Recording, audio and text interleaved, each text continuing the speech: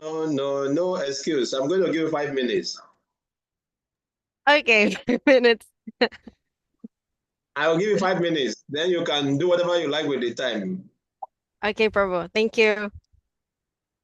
Yeah. I don't want you to rush it. Most important thing is, did you grab the essence and what message are you passing to us? So,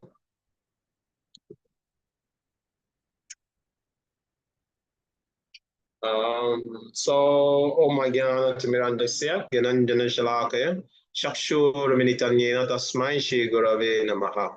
Shri Chaitanya Mano Vistam Stapitanyena Bhutani Swayam Rupa Kadamayam Dadati Swapadantikam. Vandeham Shri Guru Shri Yukta Padakamanam Shri Gurum Vaishnavamscha. Shri Rupa Sagrajata Sagana Ragunatam Vitam Tam Sajivam Sadvitam Sabadutam Parijana Sahitam. Krishna Chaitanya Devam Shri Radha Krishna Padasagana Lalita Shri Vishaka Vitamscha. Hey Krishna Karuna Sindhu Dinaban Jagavate Gopishya Gopika Kantara Rakanta Namastuti Tapta Kanchana Gorangira Devrindavanishari Vishabhanu Sudevi Pranamami Hari Priya Panchakapa Tarubhyascha Kripa Sindhubhya Eva Chapatitanam Pavanebhyo Vaishnavebhyo Namo Namaha Jai Shri Krishna Chaitanya Prabhu Nityananda Shri Advaita Gadadhar Shivasadi Gaur Bhakta Vindare Krishna Hare Krishna Krishna Krishna Hare Hare Hare Ram Hare Ram Ram Hare Hare.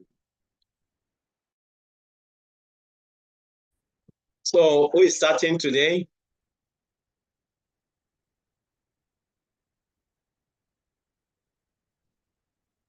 Who is the first presenter? Me, Prabhu.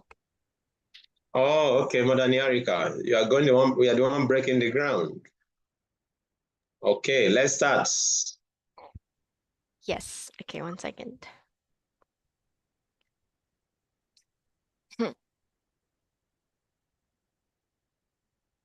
Are you ready? Wait, Prabhu, 1 second. Okay, 1, 2, 3. Okay, I'm Okay. ready. Okay, so first of all, I offer my humble obeisances to all of the gurus, and I offer my obeisances to my Shiksha Guru, who, if not for him, I will not be here today. And I ask for his permission to speak on this matter. So please go to the next slide. Okay, so basically I'm going to talk about verses 1 to 8 for chapter 7. So in this verses, I have concluded this one as Sri Krishna is the essence of everything there is. So, but for now, we are going to focus on the word essence alone. So essence has been dissected into different categories. So we are going to first go to ES. So ES is it means eternal super soul. So in this chapter, actually, Sri Krishna mentioned as him as Shirodakashi Vishnu comes as the Paramatma within everyone's heart.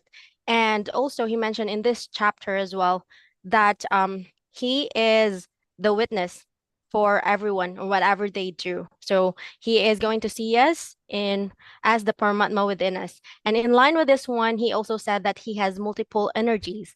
And with that energy comes with the SE. So SE stands for the superior energy. So superior energy here means that the living entities. So out of all energies of the Lord, this one he talks in particular because superior energy means that they are the living entities. So living entities are the one who actually are exploiting the inferior energy of Sri Krishna, and because of these exploitation, they are actually thinking that they are in control. So because of that thought that they're in control, they're actually moving further away from Sri Krishna. Instead of understanding him, they are not understanding him at all. And also in this chapter, Sri Krishna talks that he can only be understand either through him directly or through his personal devotees, or I mean, direct devotees or pure devotees. And with that comes to letter N, which I'm going to quote for from Srimad Bhagavatam, Canto 1, Chapter 2, verse 18. That's Nasta Pradeshu, Prajeshu Abadeshu, Nityam Bhagavata Sevaya, Bhagavata Utama Shloki, Bhakti Bhavati Naistiki. So in this verse, so it says that the only process or one of the processes to understanding Shri Krishna is to actually attend classes on Srimad Bhagavatam and as well as render service to his pure devotees. In that matter, you're going to actually gain pure love to Shri Krishna, or gradually have pure love to Shri Krishna. And in order for you to be able to do that as well, when you're able to do that, then you actually get the what do you call this one? The understanding that Sri Krishna is actually the CE, or the controller of everything. So Sri Krishna becomes the controller of everything once you realize that one through the devotional service that you render unto him or to his pure devotees, because by then you're going to understand that he is the supreme controller of everything.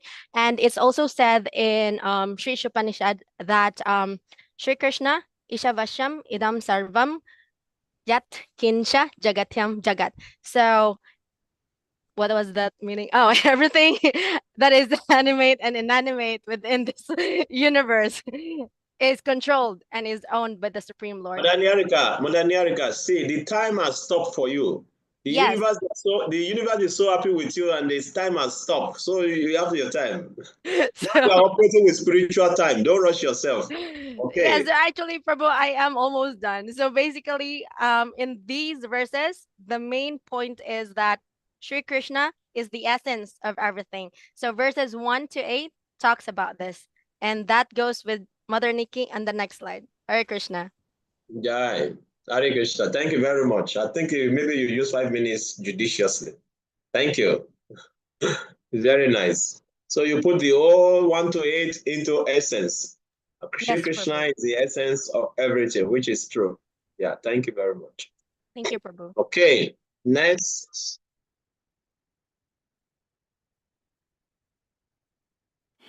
I will be the next reporter, Prabhu. Yes, please. Okay. Time starts now.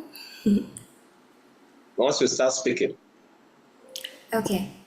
So my part is our verses 9 to 16. So here, on this portion of the chapter, Krishna continues to describe himself. So according to Krishna, he is the original flavor and fragrance of the earth. For example, the flowers that we smell, the aroma of it, like the sweetness of fruits, those flavors are Krishna's energy, okay? Flavor and fragrance. Also, Krishna says that he is the heat and fire, the warmth or the comfort that we feel when there's fire nearby. That's Krishna. That is why, as devotees, we offer incense or ghee lamps or even flowers to Krishna, because we are trying to show our appreciation to him, that he is the supreme creator of it all. Okay, so in addition, Krishna is the life of all that lives, the energy or the vitality that flows all throughout our body. That's Krishna. And here it says that he is the what is that? I cannot read it. Penances of all the ascetics. So meaning that during our previous discussions, we said that Krishna is the ultimate beneficiary of sacrifices, penances, and austerities. And so he is the source of all of those. So he is the main person who really receives all of our sacrifices, okay? Also, Krishna is the seed of everything. According to the verses, there are 8.4 million species of life in the universe, including us, moving or even inert. And so all of those species of life originated from Krishna, okay? Also, Krishna is the root of intelligence. An example here would be nature. If you see nature, you would think, oh, it's so beautiful. It's like it's self-sustaining and it's well designed. So meaning there is intelligence behind nature. And the root of that intelligence is Krishna. He is the main designer, the main creator of it all. Additionally, we have here that Krishna is the strength of the strong. When you see athletes, when you see people with really great abilities, you would know that they're just embodying the qualities of Krishna, which is the strength of the strong. And according to the verses, the strong must not belittle or demean the weak. Actually, the strong must support the weak, okay? And lastly, Krishna is even the source of sex life that is not contrary to religious principles or dharma. we shouldn't misinterpret this. We just have to remember that it has to be, sex life has to be, we should engage in it only within marriage. And of course, it should be for the propagation of Krishna conscious children. Okay? So let's move on.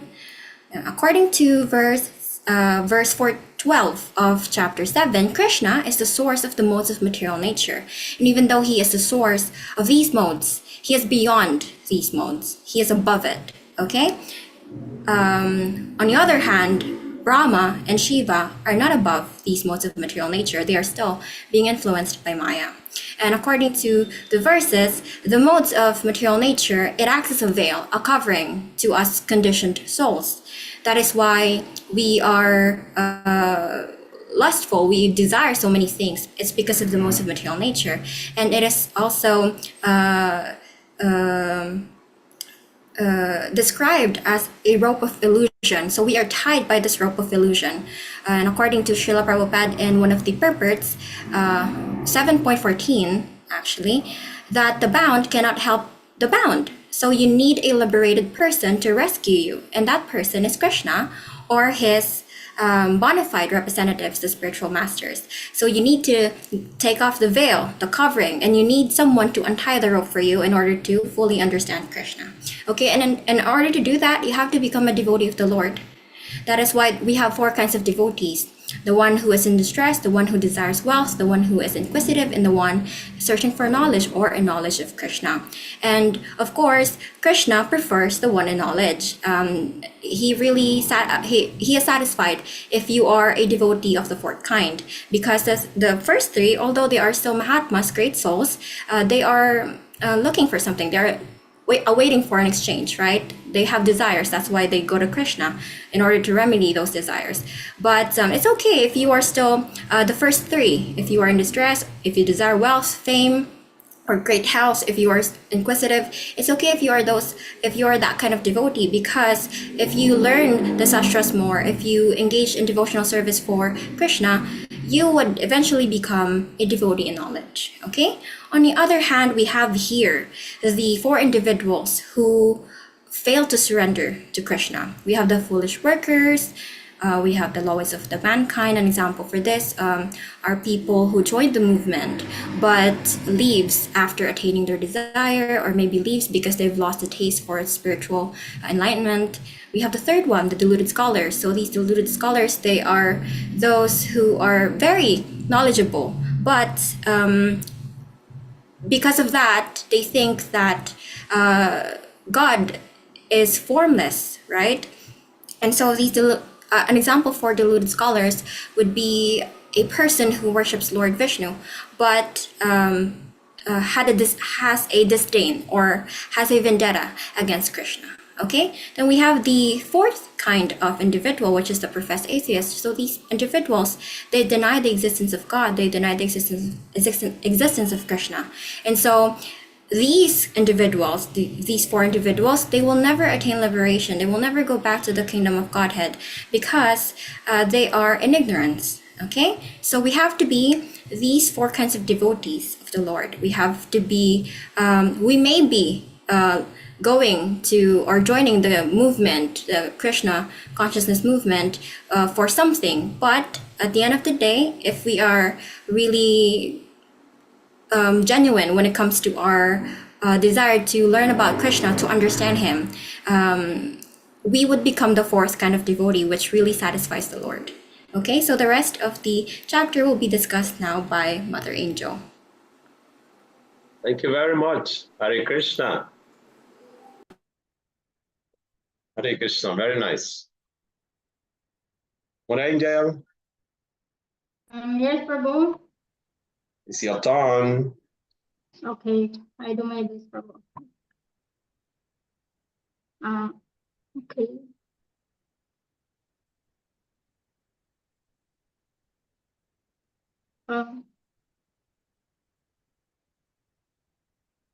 Is it Mother Angel PowerPoint or Mother Niharika? Which one? Yeah, it's mine. It's Okay, combined very effort, good. Prabhu. We collaborated everything there. Yeah. Very. Please go ahead. Oh, where's the tapes? I can say. Okay. Go ahead. Okay, so the chapter 7, verse 17 to 23. The man who in full knowledge of the Lord, he is always engaged himself in the pure devotional service.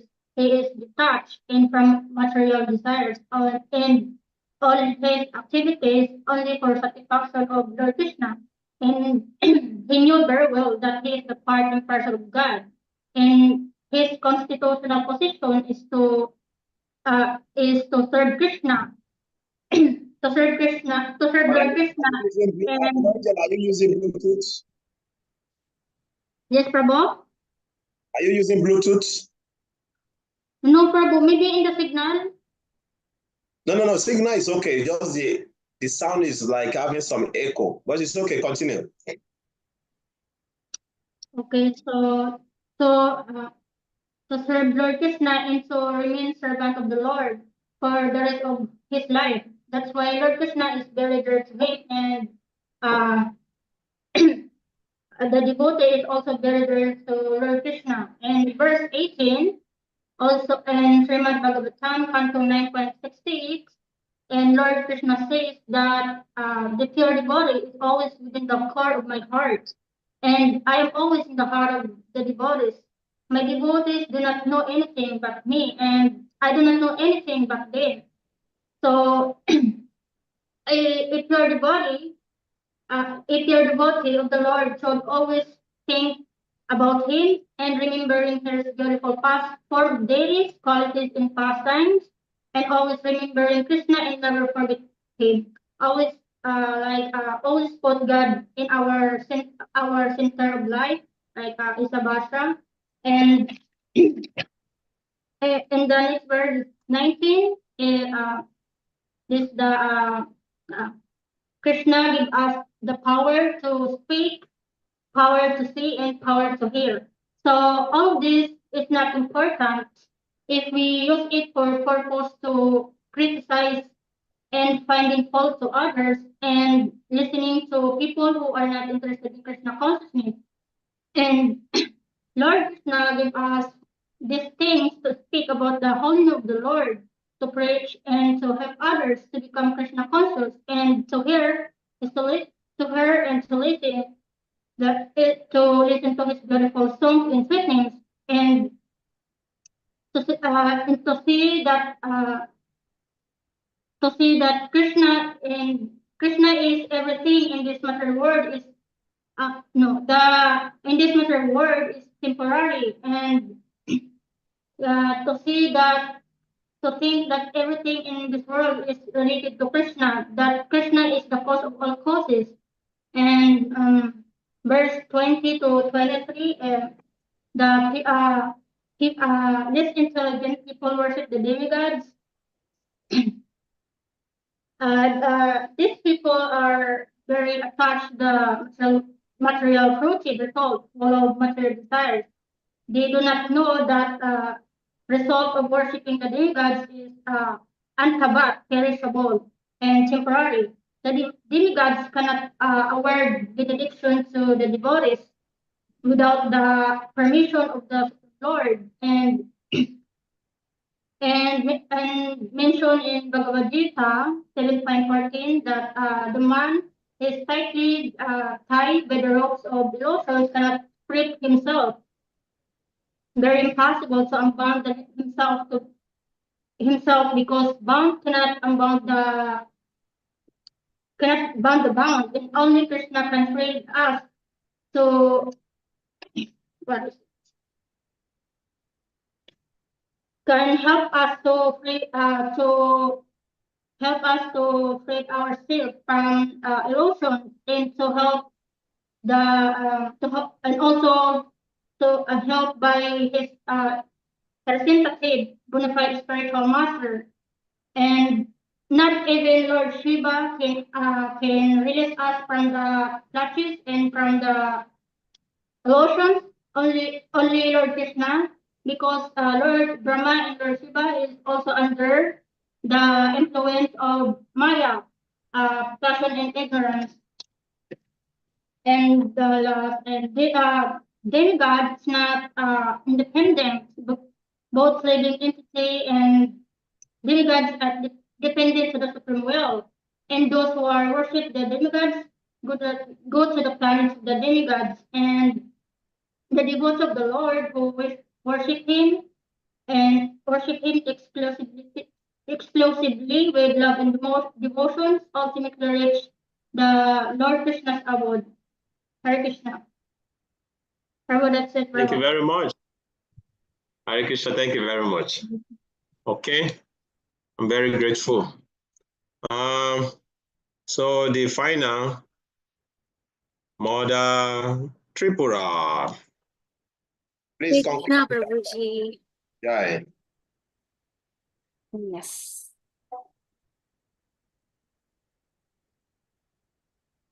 Okay, I'm gonna present from like 7 chapter 24 verse 2.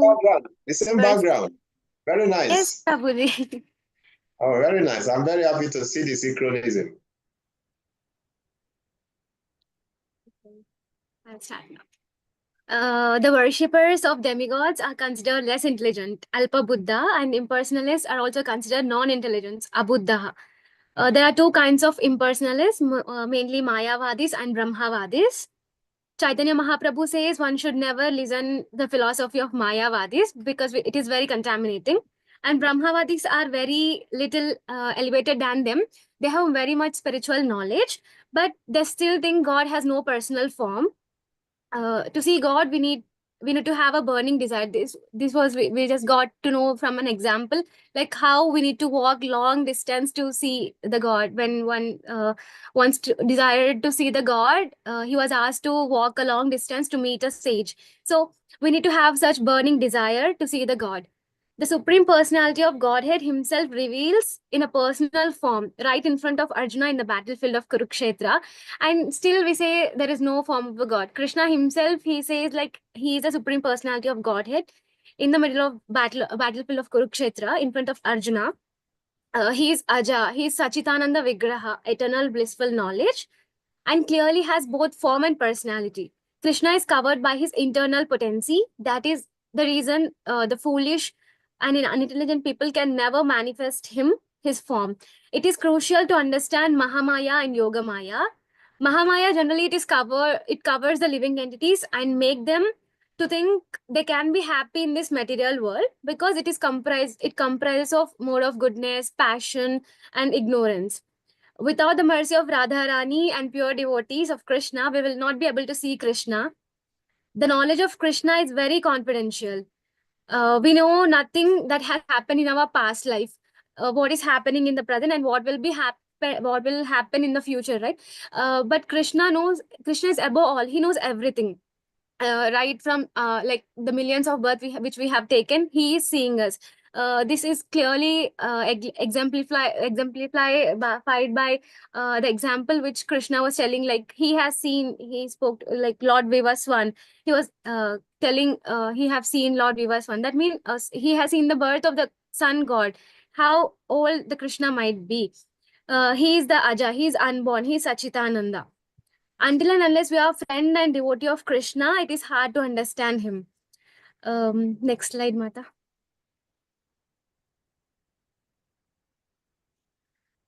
The dualities of illusionary energy is desire and hate. It is a big rock.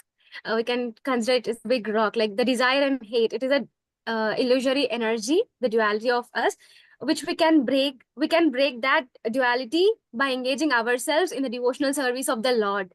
We need to associate with pure, great devotees since they traverse this earth just to recover us, conditioned souls from our delusion. I heard in some lecture, like Amrendranath Prabhuji was mentioning, like the great souls, acharyas, they come to the earth to liberate us, to uplift the fallen souls. Only Krishna can give liberation from birth, death, and old age and disease. Krishna says, Mam Ashritya, take my shelter. Thus we get liberated. Just by engaging in worshipping the form of Krishna, Archa Vigraha, and meditating it simply liberates us from the material bondage. For that, determined faith, Dhrida Vrata, is the stepping stone for Bhakti Yoga, transcendental loving service. This ends the verse 30, and I would like to summarize the entire chapter. The next slide, Mata. The whole 7th chapter is knowledge of the absolute, that is the supreme personality of Godhead Krishna. Right from the very basic step, hearing about Krishna, touch Renu. Krishna is telling touch Renu in the first verse of the 7th chapter, like listen from me. And studying the scriptures gives us the complete knowledge of the Paramatma. The right association of the pure devotees and pure and great devotees who already surrendered in the path of liberation can only uplift us, can only help us to get liberated. Knowledge of Krishna is unlimited and also very confidential. By his internal potency, he does not manifest to the less intelligent people. Thus, that's the reason why it takes millions of birds of men, like millions of men gain the right gain the right perfectionism, and out of them only thousands and thousands perfect men can understand out of them thousands and thousands perfect men, only one can understand the real form of Krishna. Putting the foolishness aside and understanding Krishna is the seed and essence of everything, and in knowledge worshipping his personal form can wave the path for liberation from birth, death and disease. The knowledge of the absolute makes a person Krishna conscious and thus factually helps us to know our constitutional position as an eternal servitor of Lord Krishna, the Supreme Personality of Godhead. Hare Krishna. Hare Krishna. Thank you very much. So I want to thank you all for the wonderful presentation. I'm really grateful. And I'm very, very inspired. Now I can go for another 1 year with this your presentation. And then your inspiration can make me to continue for another 1 year. Then let's see. I'm inspired. You know, I'm really impressed to see that I'm speaking to scholars. I'm speaking to great devotees. I'm speaking to great preachers, future preachers of ISKCON. I'm very inspired, and I'm very happy to see how you are all expressing your knowledge of the scripture in this presentation. I'm very confident that there's going to be so much preaching in the colleges and you know, all the high-profile place in the future in the Philippines here, because these are the kind of caliber of people we want in the movement. These are the caliber of people that when they come to this movement, and then this movement will become part of the household of this country, because you know, everybody have to add Krishna to their life, no matter who they are. And it's easier for the Filipinos because many of them want to become vegetarians. Many of them, they worship the deities of Jesus and Mary. So our path is not difficult for them. It can be very easy for them. Very easy. That is why you see many of them, they date Indians, they follow them to the temple. You can just see the spark is there. You know, it's easier for them to come to this path, you know. So we just need to do a little work and, you know, go to profile places and, you know, really present it nicely. You will see. And we just have to have some little compassion and love to follow up, to cultivate them. We will see many wonderful become devotees. And mind you, it's not compulsory that if you make somebody a devotee, you must bring them to the temple immediately. No, it's not compulsory. You can make people into devotees and be cultivating them until they become strong. Then you can bring them to the temple. We can preach like this also. We can preach like this, okay? You know, cultivate people, cultivate them. When they become strong and they understand the philosophy, you can bring them to the temple. So you know, the future of this place is very wonderful, and I'm very happy that I'm speaking to the future leaders of this movement. I remember when I was the temple president, I never knew that many of those devotees who are under me were very young. We were very young that time. I was in my 30s. They were in their 20s. So I was leading them. I never knew, that time we don't know about the future. I never knew that many of them will become great personalities today. Many of them, they are doing very well, and they are great preachers in their own field. So we never know the tomorrow. Most important thing is that we have opportunity to learn the scripture today. Let us learn it, and tomorrow we can use it to help others. I'm very, very impressed. Actually, I'm very impressed. Like I said yesterday, even if it is one person who continue to inspire me or two, I will continue. I will not stop. Prabhupada, I Hare will, Krishna. Hare I will Krishna try to Mata. summary Bhagavad Gita chapter 7, text 1 to 3. I try, if correct. Okay, go ahead, please. Chapter in Bhagavad Gita chapter 7, verse 1, Lord Krishna begins by addressing Arjuna and telling him to listen carefully to how he can gain complete and unshareable knowledge of the Supreme Being. Krishna explains that by fixing the mind exclusively on him and fully surrendering through the practice of Bhakti Yoga devotion, Arjuna can attain a deep and unerring understanding of the divine. Krishna emphasizes that this path leads to direct, deep, free knowledge of him, which transcends intellectual understanding and connects the devotee with the Supreme. The verse sets the stage for the deeper knowledge and karma action that follow in this chapter. Yeah, In thank you. chapter Bhagavad Gita, chapter 7, verse 2, Lord Krishna promises to reveal the complete knowledge of both the material world and the spiritual reality behind it. By understanding this wisdom, Arjuna will know everything as it encompasses all forms of knowledge. This profound understanding is accessible only through devotion to the Lord. And once the Supreme Divine is known, everything else becomes clear. In Bhagavad Haribo. Gita 7, verse 3, Lord Krishna explains that even great demigods and scholars can be confused about his true nature.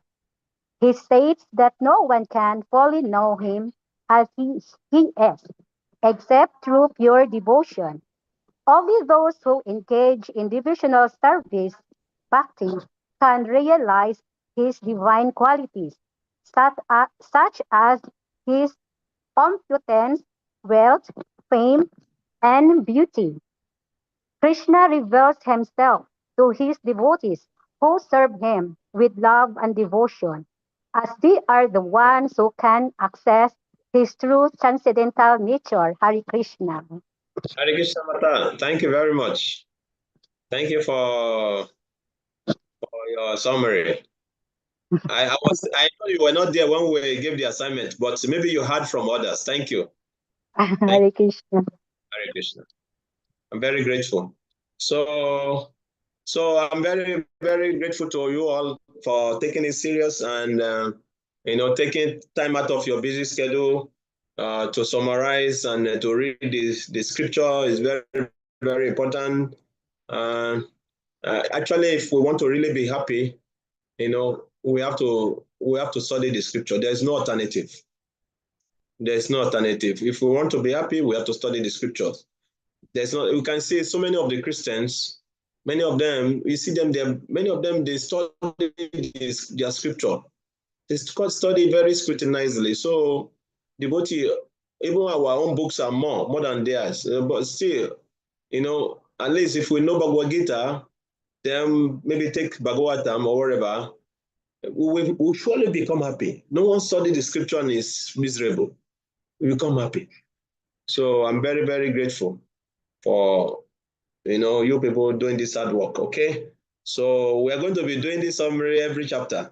I think that will make it very sweet, because then you have to jot down, and at the end of the chapter you have to summarize. I think this one is better than giving one chapter for each one. Which one is better, giving one chapter or summarize after one chapter?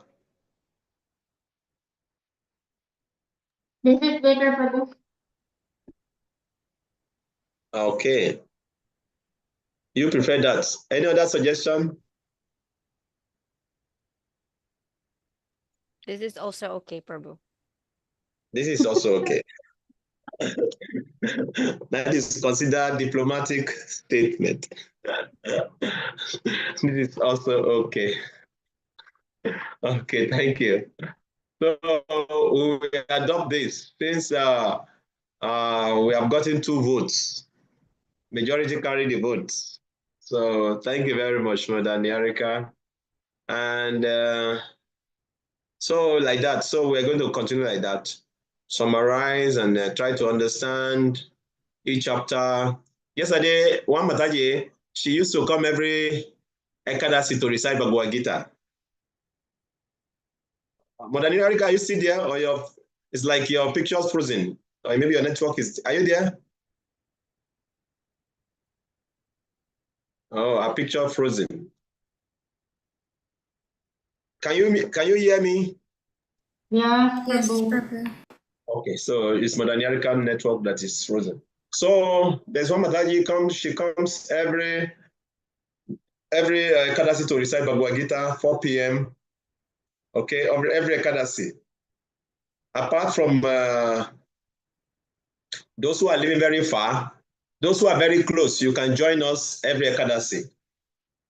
Okay, every Ekadasi, she comes to the temple, 4 p.m. to recite Bhagavad Gita. Apart from those who are living very far, other devotees can join every Ekadasi. Although she was thinking yesterday was Ekadasi, so she came yesterday, we recited the verses yesterday, it was so sweet to recite the whole Bhagavad Gita, so sweet. And she's so fast that she recited the whole Bhagavad Gita in less than 2 hours. Recited the whole Bhagavad Gita less than 2 hours. It was so sweet, so wonderful. She was so fast. I was thinking I was fast. She was faster than me. Very fast.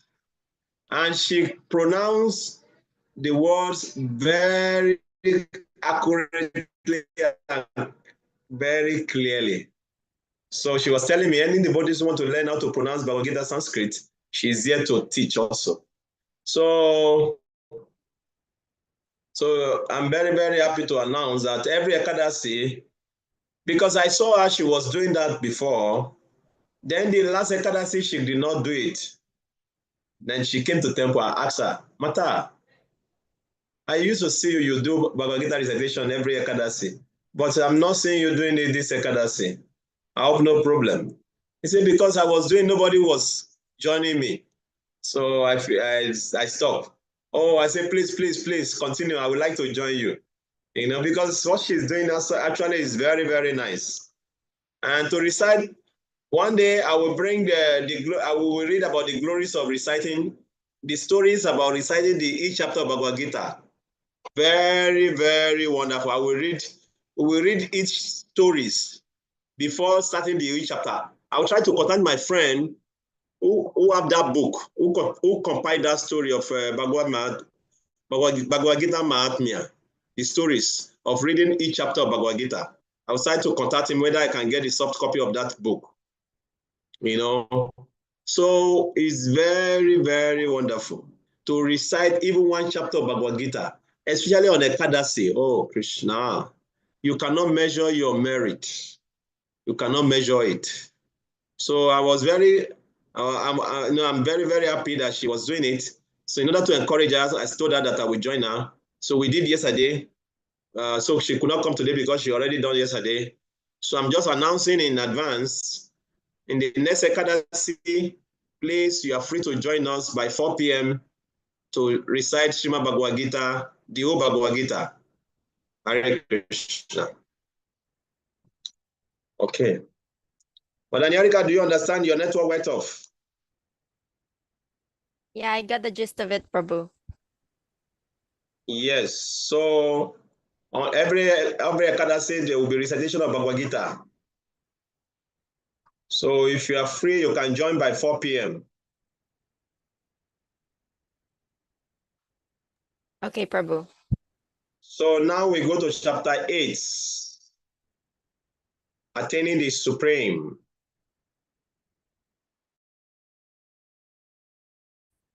You know, all these topics 7, 8, 9. Now we are entering the nectarian part of Srimad Bhagavad Gita.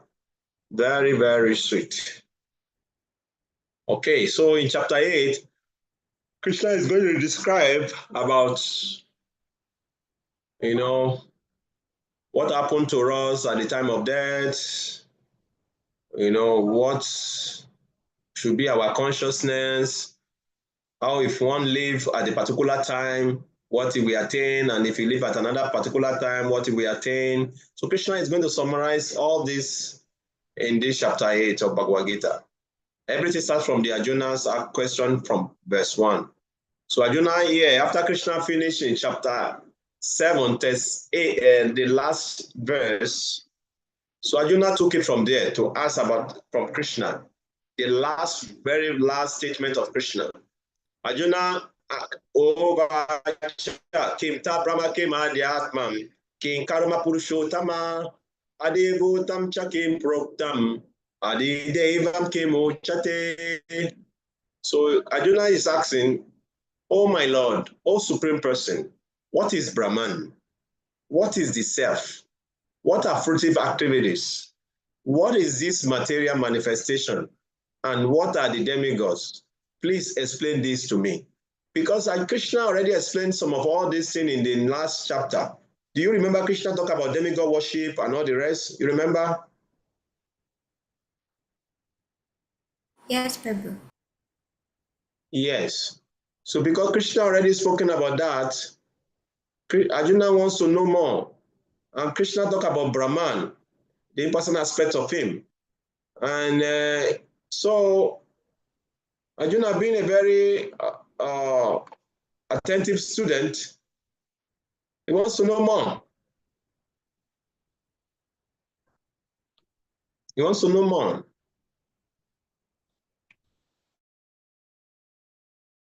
So 1 minute, just give me 1 minute. Wow.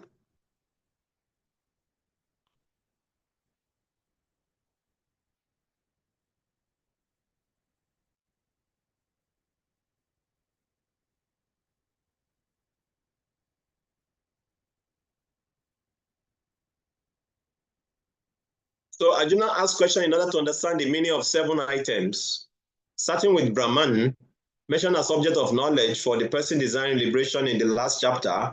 What is Brahman? Like Krishna mentioned, okay, is it the conscious Paramatma or the conscious Jiva? Arjuna wants that clarification. What is Adhyatma? What is it that superintends the body? Arjuna wants to know. It is the group of senses or group of subtle elements. Arjuna wants to know, what is karma? Does it refer to ordinary day-to-day action or action prescribed by the Vedas? Arjuna wants to know. Arjuna addresses Krishna as Purushottama in order to counteract a possible objection by Krishna. Since we are equal, why do you ask me? Because you are the Supreme Lord. So that's why Arjuna referred to Krishna as Purushottama. Okay, you know everything, whereas I do not. So Arjuna wants to know all these things. What is Adibhuta? What is it that rules the living entity within the body? Is it the product of the elements such as spots or gross body of the Jiva? What is Adidevam? Is it the meditation on the Devatas, or the universal form, the personification of everything in the universe? Who is the Adijagya? So Arjuna is asking salient questions here that we continue to push from this chapter 8 to chapter 9, 10, and 11. Are you getting the point? The question that Arjuna is asking here is going to lead Krishna to speak from this chapter 8, 9, 10, and 11. Arjuna wants to know all these things. What is Adhyatma? What is Asideva? The universal form. Because Krishna is going to explain that in chapter 11. Even Krishna is going to talk more about that. And he has all these salient questions. He wants to know, what is it that rules the living entity in the body? Is the jiva, the body, the senses, what is that? Arjunas want to know. So these questions are very, very important for us. So we have to be very attentive to chapter 8, so that at the end also we can give a very wonderful summary, like we did in chapter 7. Okay, so let's continue to Prabhupada's purport.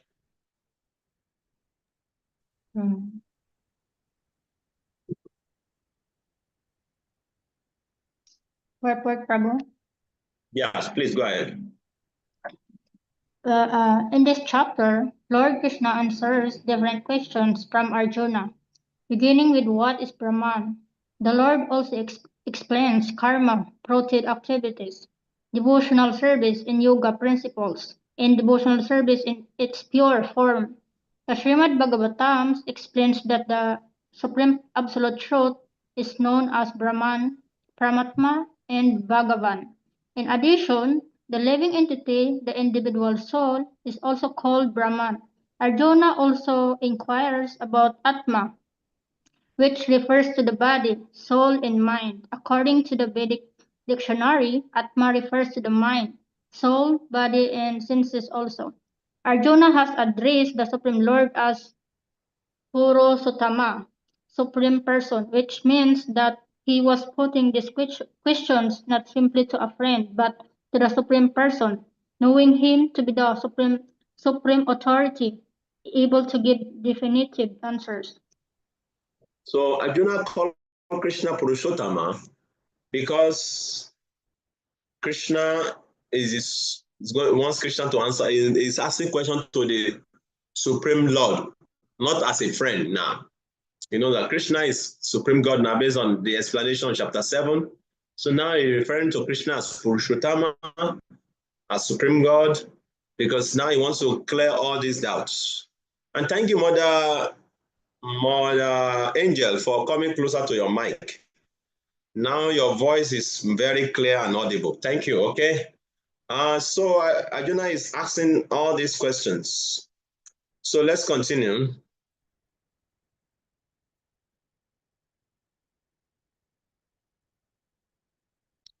Adiyagya katam kotra deismi madhusudana prayana kalecha katam yeyosi nityatma di. Who is the Lord of sacrifice? And how does he live in the body? O Madhusudana, and how can those engaged in devotional service know you at the time of death? You see, he wants to know. Is it not, sometimes don't we think about this? You know, how can we know who God is? Some of us, we may engage in devotional service for the rest of our life, and Krishna may not appear to us, even as a deity in our dream. Just imagine Madhavendra Puri, he was glorified because Krishna appeared to him in a dream as a deity at least 2 times. Chaitanya Charitamrita describes. Even to see the deity of Krishna in your dream means that your consciousness has become purified. Become purified is very, very important. Even to see the deities of Krishna in your dream means that your consciousness has become purified. So Arjuna wants to know all these things. How can we remember you? How can we know you as Krishna at the time of death? And mind you, this devotional service, there is no doubt that is the supreme process and is the absolute truth, because of the many devotees who have left their body at the end of their life. I've never seen anyone at the end of their life say, no, I wasted my life following the path. I've never seen. When I was in Mayapur, there is a caretaker committee in Mayapur. When devotee wants to leave their body, you know, there's some special devotees in Mayapur and Vrindavan now also. You know, they will be with these devotees chanting 24 hours kirtan and reading to these devotees. You know, I've never seen anybody at the time of their death regretting practicing Krishna consciousness. No, they are always very happy and they continue till the end to show you that this part is the absolute truth. There was one particular devotee, when he was leaving his body, the devotee was chanting to him, and he has worshipped Govardhan almost all his life. He has worshipped Govardhan. So when he was about to leave his body, he was unconscious for like few minutes. You know, like the devotee already thought maybe he has gone.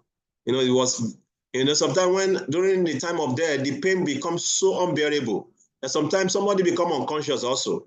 because the body becomes so painful that the soul cannot tolerate. Sometimes you just fall unconscious, then you wake up again.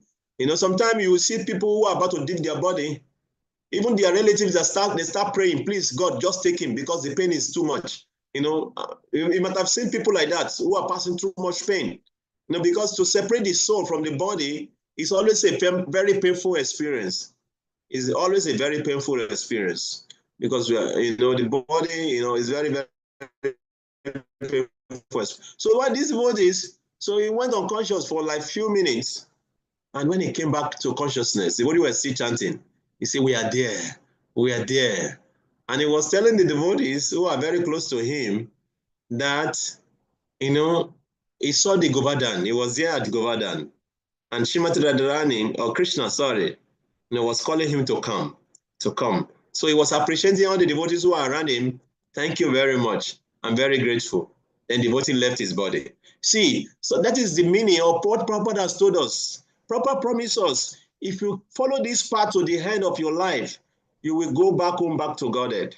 You see, so it's not a false promise. Prabhupada has come as the ambassador of Krishna in this age to give us the topmost process that is not accessible to even the demigods, the people in the heavenly planet. Prabhupada has come to give us that process. And many of us who are very fortunate to be on this path now, we are very, very fortunate. And we should take it very serious. You know, like now, today is Ekadasi. Today is Ekadasi. How many of us are taking Ekadasi very serious? We should take Ekadasi very serious. Thank you very much for raising your hand. Hare Krishna. Yes, yeah, Hare Krishna.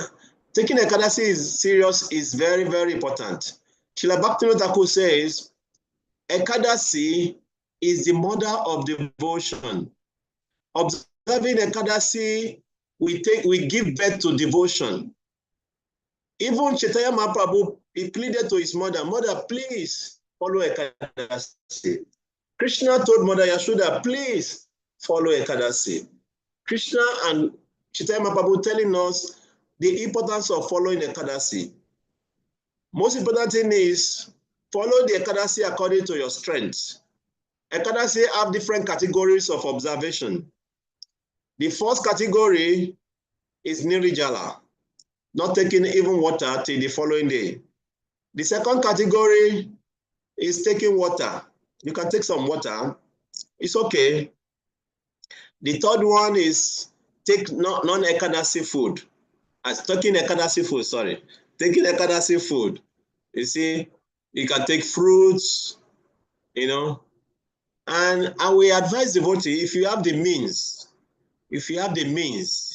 make Ekadasi, if you cannot fast dry, make Ekadasi as a day for taking fruits in your life. You know, do you understand?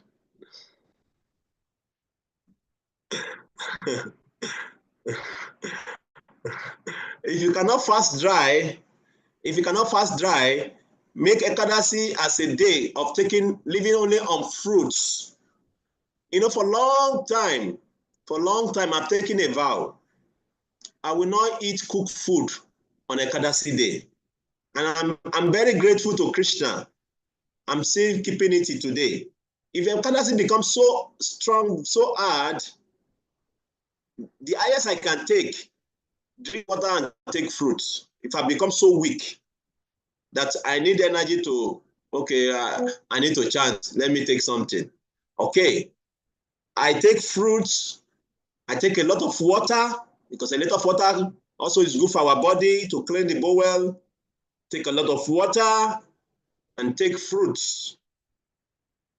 I already told Krishna, I will not eat cooked food on Ekadasi, no matter how hard it may be. And I'm very thankful to Guru and Krishna. I'm still keeping that till today. So many of us, we don't know what is there in our future life. Some of us are passing through miserable situations in our life. All this austerity is a way of mitigating or minimizing them. You see? So at least when we do auspicious activities, we are going to create auspicious life for ourselves in the future. You see, that is what Krishna said in the Bhagavad Gita. No one does good that can be overcome by evil, my friend. Krishna told Arjuna. You remember that verse? What chapter is that verse? Let me see whether you are a student of Bhagavad Gita. What chapter is that verse? No one does good can be overcome by evil. Student of Bhagavad Gita.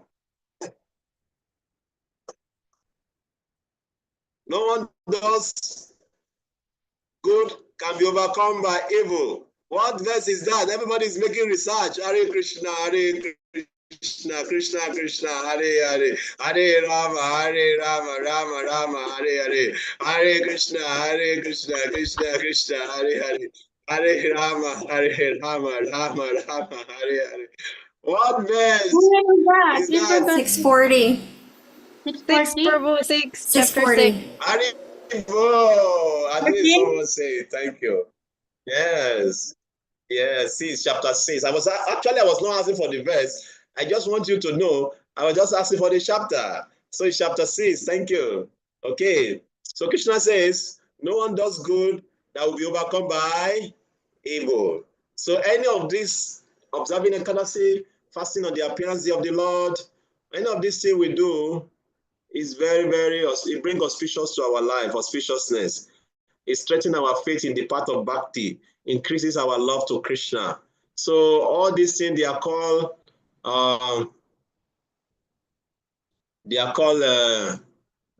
do we say? Burden of love. Burden of love. You understand? Burden of love. It's very painful not to eat on Ekadasi day. It's very painful, but you know you are doing it to please Krishna. That is called burden of love. The person you love, you decided to take some pain, to tolerate some pain, begging for his mercy and crying for his mercy and crying to always remember us so that we can always remain in his pure devotional service. At the end of the day, we want to engage in pure devotional service no matter whatever we are going through now. Krishna, we just want to engage in your pure devotional service. Even though if we are not doing that now, that is our ultimate desire, Krishna. So we should do this to pray for this. And Krishna will see our sincere effort, and it will make all perfect arrangement for us to sincerely engage in pure devotional service when the time comes. Because Krishna also consider timing. It makes things to happen according to the right timing, you see.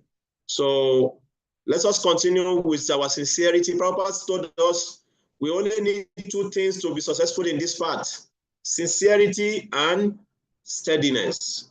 Sincerity and steadiness. Please write it somewhere. Prabhupada said this. We need only two things to be successful in this path: sincerity and steadiness. So if we are sincere and we remain steady, surely we attain perfection on this path. Hare Krishna. Any question or comments quickly?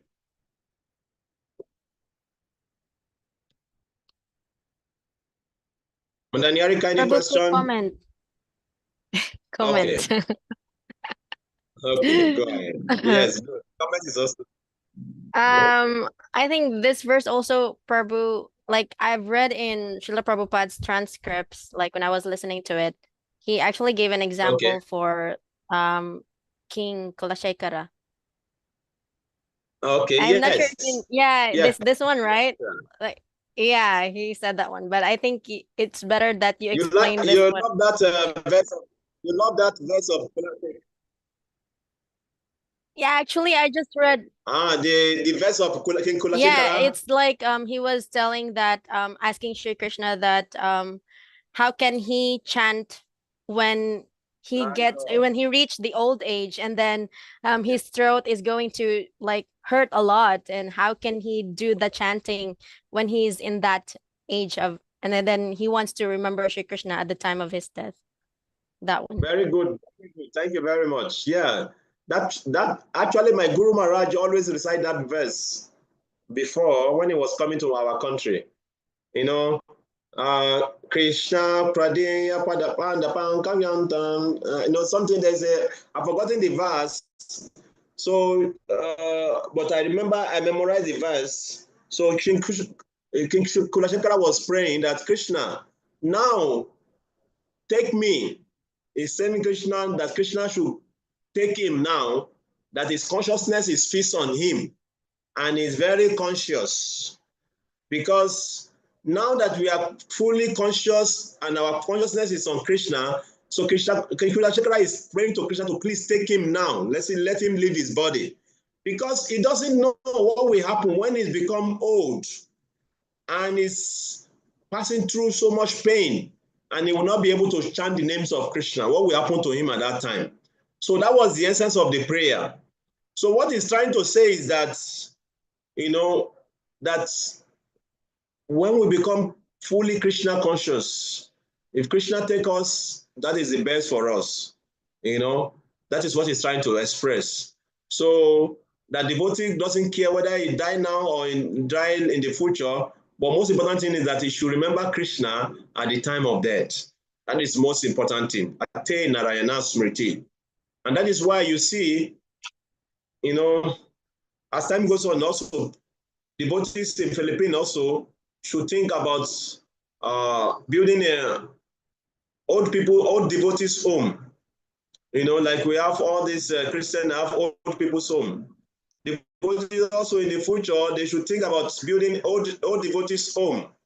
Where devotees who have served the movement for many years, at their old age, they can be gathered there and engage in a simple way for them to just only remember Krishna, nothing else. Just waiting for the time of leaving their body. So that is what they are doing now in Vrindavan, Mayapur. They have such places where people can be helped to remember Krishna at the time of death. So in this place also, devotees should start planning and thinking about that for the future. Because nobody is going to do that for us. We are going to do it for ourselves.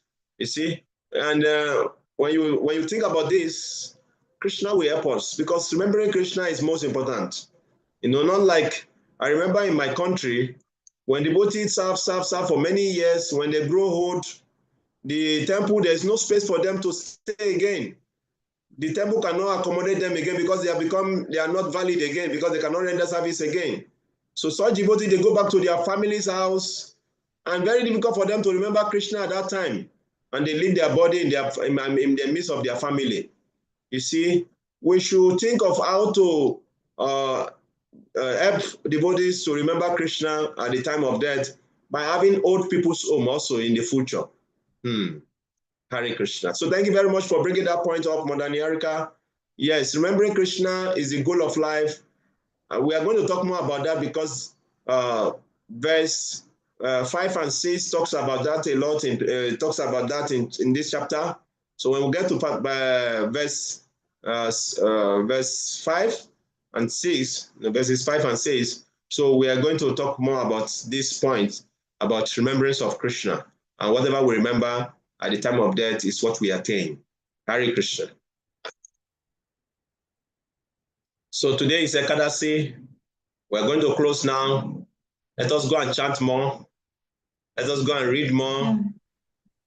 I was also thinking, I was saying that we should invoke Prabhupada to come back and establish fasting from WhatsApp and social media, the day for fasting for WhatsApp and social medias.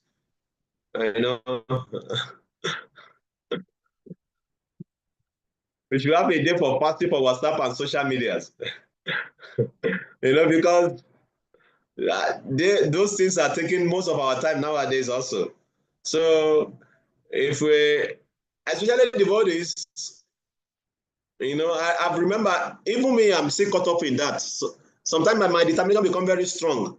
When I wake up, I don't check my WhatsApp, I don't want my phone, I don't want my WhatsApp, I just focus on my chanting. Some days, the mode of passion and ignorance will just push you to go and carry the phone, and you start checking who has sent you message, and before you know, you get absorbed in it. Then you are dragging with your rounds, you know, you know. So I think you should, as a devotee, you know, it's a strong battle, but we should have this in our mind also that we should make a promise, or we should take it very serious that when we wake up in the morning, you know, unless we finish our rounds, we should not, you know, WhatsApp, we should not press our phone, we should not press our WhatsApp. If not, we will not develop proper taste for chanting the holy name of Krishna. You see, we can have all these little vows help us to develop more love for Krishna. Okay, I will not open my phone until I finish my rounds. It helps us to develop little love for Krishna, you know. And you do that, Mother Angel? Yes, for a while also do that. I also promised to myself that I'm not gonna use cell phone until I finish my rounds. Oh, very good. Very good. That is very Yeah, nice. but it's true, Prabhu, sometimes. You know, I try because I try. Sometimes the mind, Yeah, the mind, sometimes you it's hard to control sometimes, but I continue. try as soon as possible. I'm not opening the social medias until I finish my rounds, actually. That's because I'm very I disturbed. know what you're saying, because also I have the same experience. You are not alone. I know. I have this experience also. Sometimes you just wake up, your hand is just telling you, go and take it. Go and take it. Take it. Maybe somebody has sent you a message. Take it. You know? We have to be very strict with the mind about it. You know, then I know one of our Maharaj, the Maharaj in my country, Bhakti Maharaj, is very, very strict on this. He's very strict. Once it's 8 o'clock, he can never answer your message. It's off of social media. Until 10 o'clock in the morning, when he has finished his 64 rounds or whatever how many rounds he's chanting a day, he will never open his social media. He will never. He's so strict on that. So strict. So, and he's a science, so I can understand. It's very good for his spiritual life. So as a devotee also, we have to really be conscious of these things and work towards them, you know, until I really bond myself with Krishna by chanting my rounds, my prescribed number of rounds, I will not open social media. And this helps us to avoid Maya also. We can, if we remember the story of Haridas Thakur, the only promise he gave to that prostitute was, let me finish my rounds and I will attend to you. He didn't shout at her. He didn't tell her, get out of here, you are Maya. No. He just gave her a promise. Please let me finish my rounds and I will attend to you. The same thing also he did to Maya. Maya herself came. The only thing he told Maya is that, please let me finish my rounds, I will attend to you. So the same thing we have to be doing to our social medias. Please let me finish my rounds, I will attend to you. You tell your WhatsApp, please let me finish my rounds, I will attend to you. Tell your Facebook, please let me finish my rounds and I will attend to you. Then our love for chanting, our taste for chanting will increase. Hare Krishna. We'll stop here. Sorry for going longer. Vachaka Patarubiascha, Kripasindabia Vacha, Pachitanampa Vanevyo, Vaishnavebyo Namo Namo. So see you tomorrow. Hare Krishna. Yeah, tomorrow. Hare Krishna.